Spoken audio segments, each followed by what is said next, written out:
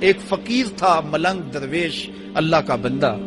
اس کی عادت یہ تھی کہ اپنے ڈیرے پہ آنے والوں کو کھلاتا، ان کو پلاتا، ان کی ضروریات کا خیال رکھتا، لیکن کوئی مالی آسودگیاں نہیں تھی.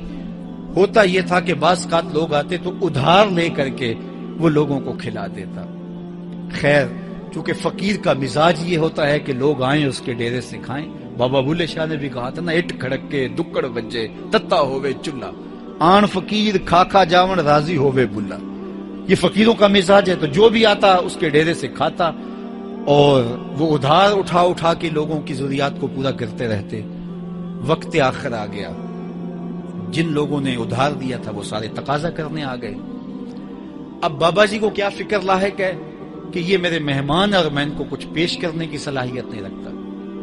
ایک بچہ تھا، وہ کچھ سامان بیچ رہا تھا، پتیسا بیچ رہا تھا یا کوئی اور چیز بیچ رہا تھا. اس نے گلی سے گزرتے ہوئے آواز لگائی، خادم کو کہا سے بلا کے لاؤ. کہا تم بیچ رہے ہو تو میرے مہمانوں کو کھلا دو. بچہ بڑا خوش ہوا کہ میں سارا دن گلیوں میں گھوم کے یہ پتیسا بیچنا تھا، اب یہ ایک جگہ ہی سارا فروخت ہو گیا تو یہ تو موج لگ گئی، میں جلدی گھر چلا جاؤں گا، میری ماں خوش ہوگی. تو سارا ان مہمانوں کو کھلا دیا گیا. اور اس کے بعد کہا بابا جی پیسے. کہا تم بیٹھ جاؤ، جب ان کو ملیں گے تو تجھے بھی مل جائیں گے. وہ بیٹھ گیا، 2 4 10 منٹ بیٹھا تو بچہ تھا پھر کھڑا ہو گیا، بابا جی پیسے.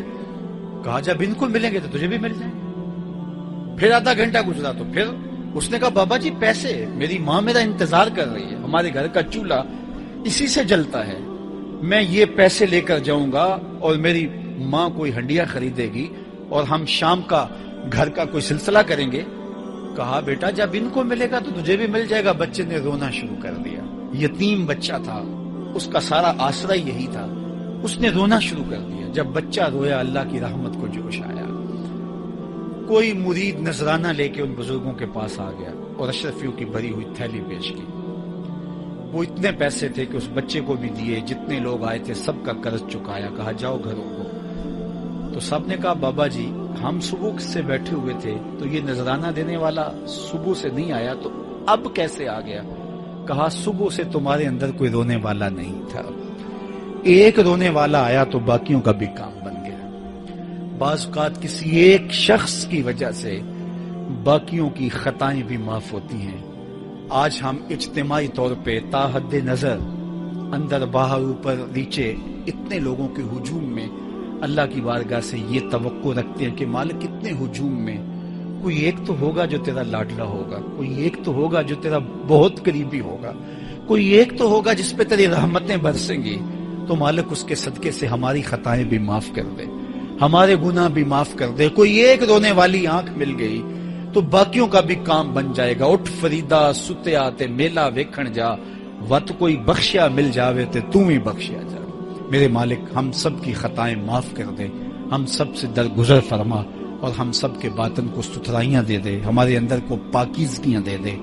بہت وقت میں نے اور آپ نے صاحب گزار لیا، تیزی کے ساتھ زندگی بیت رہی ہے.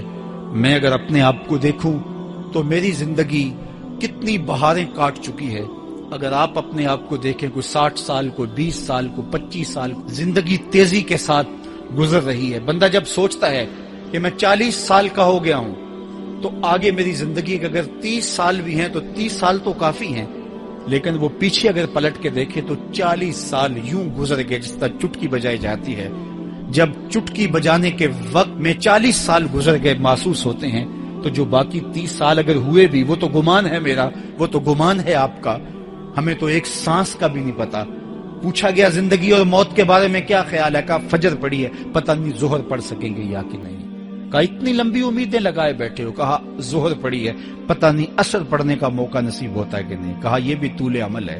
ایک بولا عصر پڑی ہے، پتہ نہیں مغرب پڑھ سکیں گے یا کہ نہیں. کسی نے کہا ایک رکعت پڑی ہے، پتہ نہیں دوسری رکعت بھی پڑھنا نصیب ہوتی ہے یا نہیں. کہا یہ سب تمہارے منہوں کی باتیں ہیں. میں تو کہتا ہوں ایک طرف سلام پھیرا ہے، پتہ نہیں دوسری طرف سلام بھی پھیر سکیں گے یا کہ نہیں. کیا موت اتنی قریب نہیں ہے؟ ہم نے اپنی آنکھوں کے سامنے لوگوں کو جدا ہوتے یوں نہیں دیکھا ہے. ہم کہتے ہیں اس کی خبر سنا رہے ہو موت کی، یہ تو میں نے ابھی سبزی والی دکان پہ دیکھا تھا. لیکن جب موت آتی ہے تو ایک لمحے کا تقدم اور تاخر نہیں ہوتا. تو صاحب آئیے اپنی زندگی کو اللہ اور اس کے رسول کی راہوں پہ ڈالیں. آج وقت ہے، آج موقع ہے، آج توبہ کا دروازہ کھلا ہے. کل سب کچھ نہیں ہوگا. آج اس کی رحمتیں آواز دے رہی ہیں.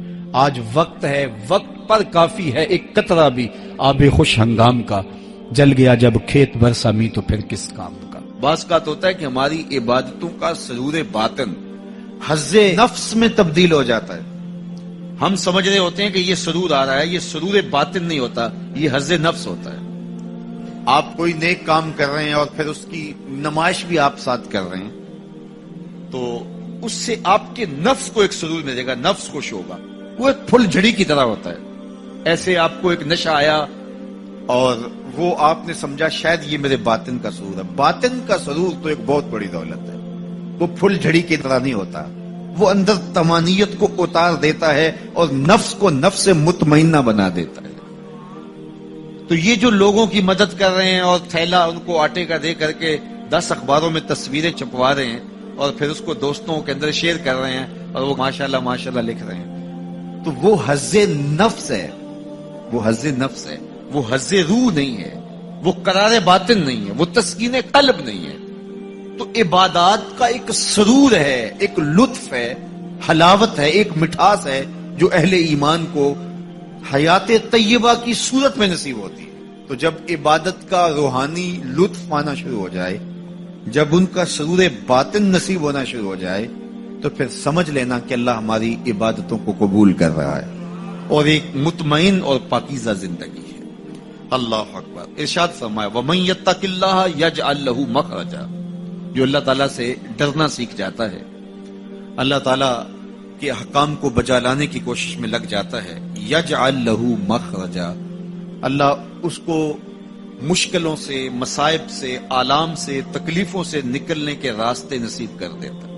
زندگی مشکلات کا نام ہے، زندگی کوئی آسان نہیں. وہ کسی نے کہا تھا زندگی ہے یا کوئی طوفان ہے، ہم تو اس جینے کے ہاتھوں مر چلے. تو زندگی ایک مشکل مرحلہ ہے، لیکن جب بھی مشکل آتی ہے اللہ کوئی راستہ عطا کر دیتا ہے اور آپ کو آسانی سے اس مشکل سے نکال دیتا ہے. وہ مشکل آپ کے لیے ذلت کا ذریعہ نہیں بنتی، بلکہ اس مشکل کی کوکھ سے ایک راستہ نکلتا ہے اور جو ہے وہ روشنی پھوٹتی ہے. تو یہ ہے اللہ کی طرف سے تمہارے لیے ایک مخرج، اللہ تمہارے لیے ایک راستہ نکالتا ہے. تو یہ اس کا مقصوم ہے جو اللہ سے ڈرنے والا ہوتا ہے. وَيَرْزُقْهُ مِنْ حَيْثُ لَا يَحْتَسِبُ، اور اللہ اسے وہاں سے رزق دیتا ہے جہاں سے اسے گمان بھی نہیں ہوتا. اس کے لیے غیبی دروازے رزق کے کھول دیتا ہے. اس کی ضروریات اللہ اپنے کرم سے پوری کرتا ہے.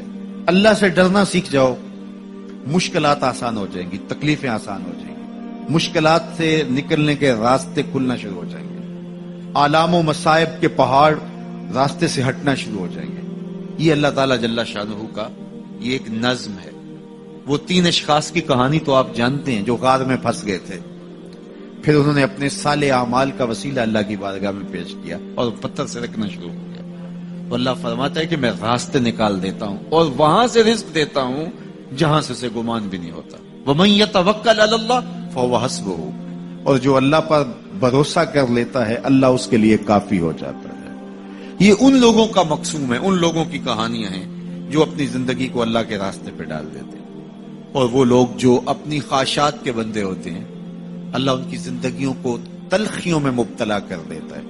دولت کے باوس وہ اذیتوں میں زندگی بسر کرتے ہیں. ارشاد فرمایا وَمَنْ عَرَضَ عَنْ ذِکْرِی، جو میرے ذکر سے اعراض کرے، میری یاد سے منہ پھیر لے، میرے بتائے ہوئے احکام پر عمل کرنے کے بجائے ان سے روگردانی کرنے کا مزاج پیدا کر لے، فَإِنَّ لَهُ مَعِیشَةً ضَنْکَ، ہم اس کی معیشت تنگ کر دیتے ہیں. جب آپ کے لیے مشکلیں پیدا ہوں، مصائب پیدا ہوں، تو اس وقت ہم دیکھیں کہ ہم سے اللہ کی کوئی نافرمانی تو نہیں ہو گئی.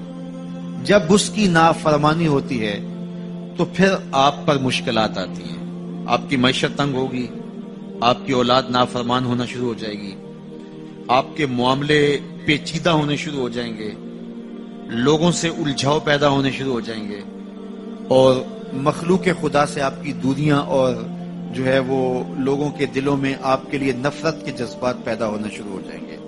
یہ دلیل ہے کہ آپ سے کوئی ایسی بات ہوگی جس سے آپ کا رب آپ سے ناراض ہے، اور جب آپ کا رب آپ سے راضی ہوتا ہے تو آپ کے لیے راہیں کشادہ ہونا شروع ہو جاتی ہیں۔